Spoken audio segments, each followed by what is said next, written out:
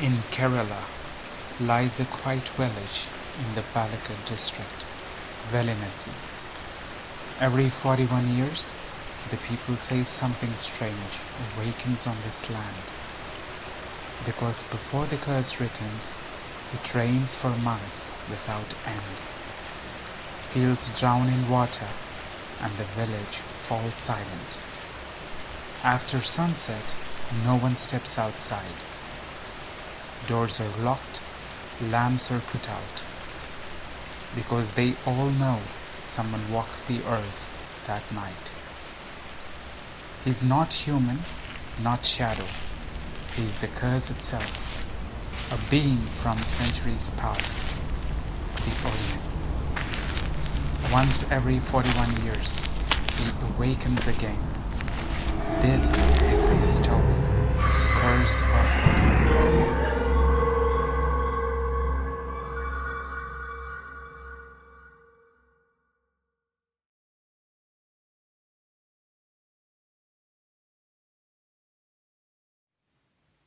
Madhavan's disappearance.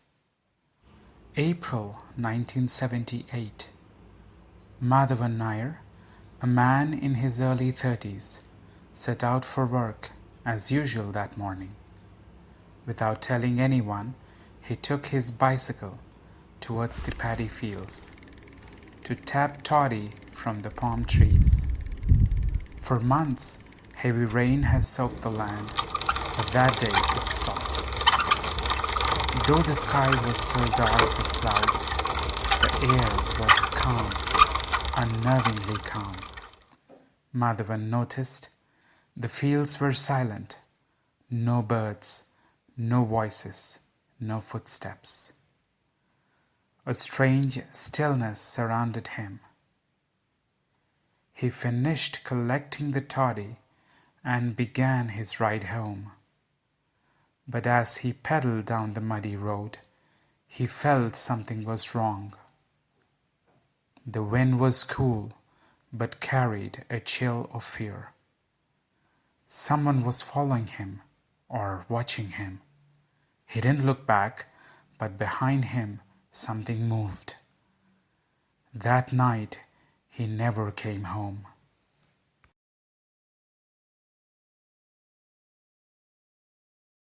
Hours later, a villager walking by the fields noticed something odd.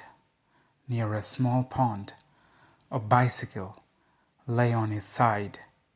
Beside it, a lunchbox. Fear gripped him. He ran back to the village and called others. Soon, a crowd gathered. Faces pale, eyes wide, no one spoke.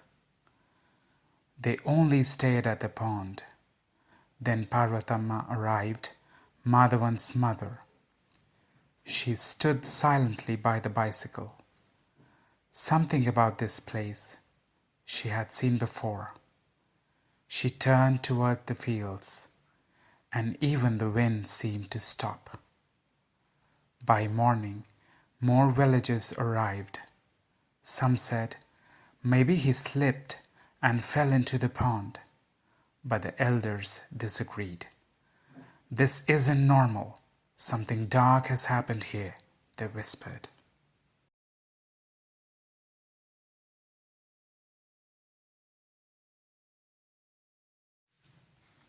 The Old Woman's Story.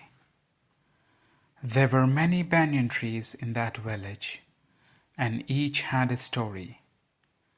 They say the elders planted them centuries ago. One such tree stood near the same fields where Madhavan's cycle was found. That night, Parvathamma walked slowly toward the tree, because deep down she knew something had happened to her son. That tree, that soil, they were not new to her. She had heard tales for years. An Odiyan walks near those fields at night. Those words still echoed in her mind. The wind froze. A shadow shifted behind the banyan tree. She stood still. No fear, only dread. She whispered her son's name, but the wind carried it away. Then suddenly she collapsed. No one touched her, but it was as if something had pulled the life out of her. The shadow of the tree fell over her body. When villagers came running, they saw something beside her head. Tiny red seeds scattered on the ground. No one knew what they were, but everyone felt one thing. Something evil had returned. The next morning, 2 small pits appeared in the fields, the soil around them freshly disturbed. As if something beneath had moved, darkness fell again over Valinancy.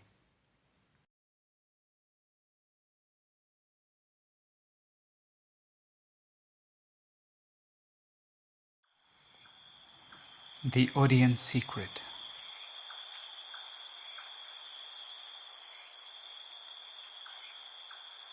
Centuries ago, around the 1600s, this village nearly perished.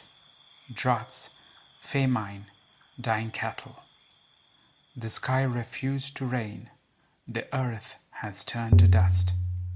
Then the villagers began worshipping a spirit from the forest, a power they called Odiyan. The Odiyan was never seen, but his sound, his smell, and his presence were known. To calm him, people offered sacrifices, goats, roosters, their remains buried in the earth. One day a man claimed the spirit spoke to him. I can protect your village, but I need a human vessel. Some offered themselves. The spirit entered their bodies. Their eyes turned dark. Their skin hardened. They gained the power to sense the weather, to predict rain and drought. They were no longer human, but a fusion of flesh and shadow.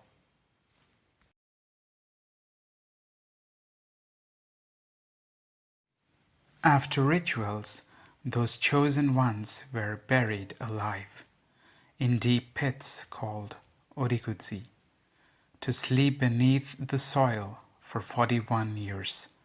Their breath stopped, their hearts fell silent, but they did not die.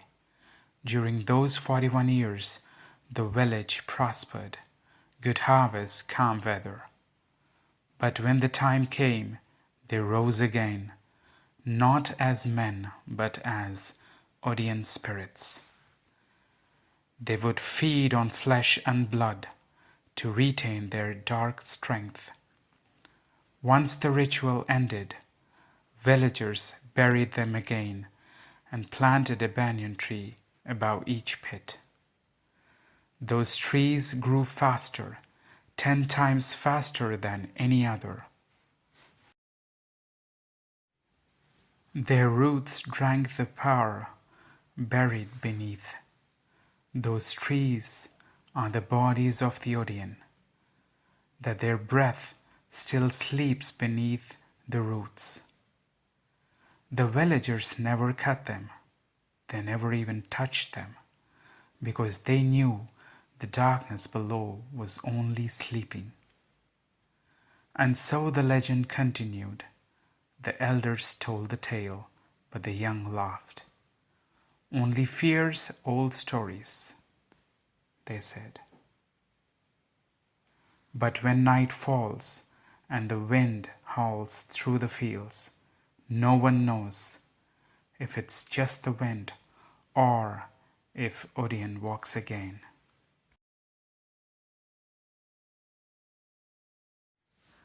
The Return, 1985. 1985, 7 years after Madhavan Nayar's disappearance. 2 young men, Raman Kutty and Suresh Balan, were returning from a village festival at dawn. The forest road was quiet, only the rustling of trees and distant bird cries. Then a sound, something walking nearby. Raman stopped. "I hear something. Be careful."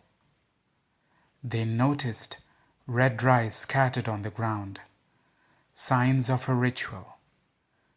The wind suddenly grew stronger. Shadows moved between the trees. In the next moment, they were gone. By evening, the villagers began searching. A farmer said, "I saw something following them on 4 legs, but it was not an animal." An old lady whispered, "I heard a scream and then laughter from behind the trees." This wasn't normal. The elders trembled. The Odiyan awakens only once every 41 years, but it's only been 7. Someone, they said, has disturbed the sacred ground. The Confession of Manikandan Odiyan. In 1993, an old man named Manikandan Odiyan was arrested near Kozhikode. He confessed that he had trained as an Odiyan in his youth from Palakkad itself.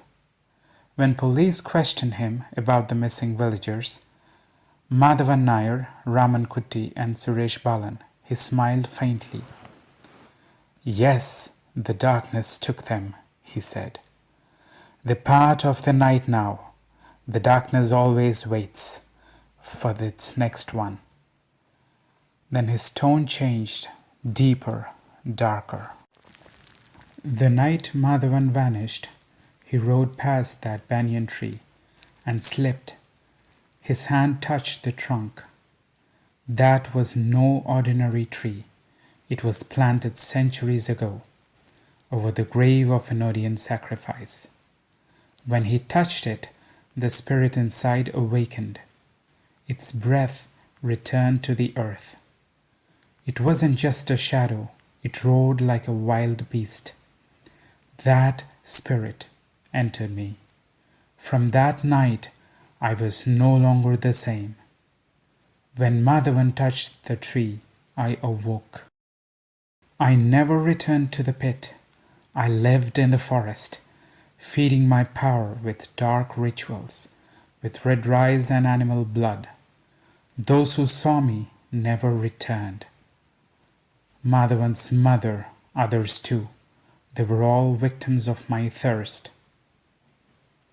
Do you know why those banyan trees grow 10 times faster? Because they are part of the spirit, just as I am. Time cannot touch us. 2 years later, Manikandan died. When villagers entered his hut, they found brass pots, animal bones, and signs of dark rituals. No one touched a thing. He died, but his power did not. Even now, beneath the banyan trees, you can hear it breathing.